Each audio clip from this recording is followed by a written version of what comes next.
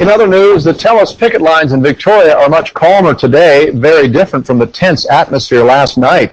That's when 2 union members were arrested for ignoring a Supreme Court injunction against inappropriate job action. CH's Dean Stoltz reports. The 2 men seated themselves in front of the entrance of the TELUS building at Quadra and Mackenzie and refused to move, knowing full well their actions were illegal and that the police would soon be there. It's for a good cause. This action by the company has been dragging on long enough. We need to show some more solidarity and some more defiance. What about yourself? Why are you here? Well, basically, we're just fed up with the sights of replacement workers here on the island, and we don't like it, and it's time to take a stand. We can't understand why all the court decisions go in TELUS's favor. In July, the BC Supreme Court granted an injunction against inappropriate picketing, an order that forbids pickets from blocking entrances to TELUS buildings. After consultations with the picket captain and trying to remove the men without resorting to arrest, the police moved in.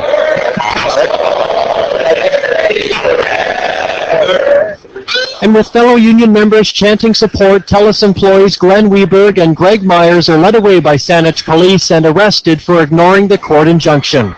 What we had here tonight was an impasse in that there was a certain movement of traffic for TELUS that needed to take place, and that wasn't going to happen, it seemed, unless the persons were removed from blocking the driveway.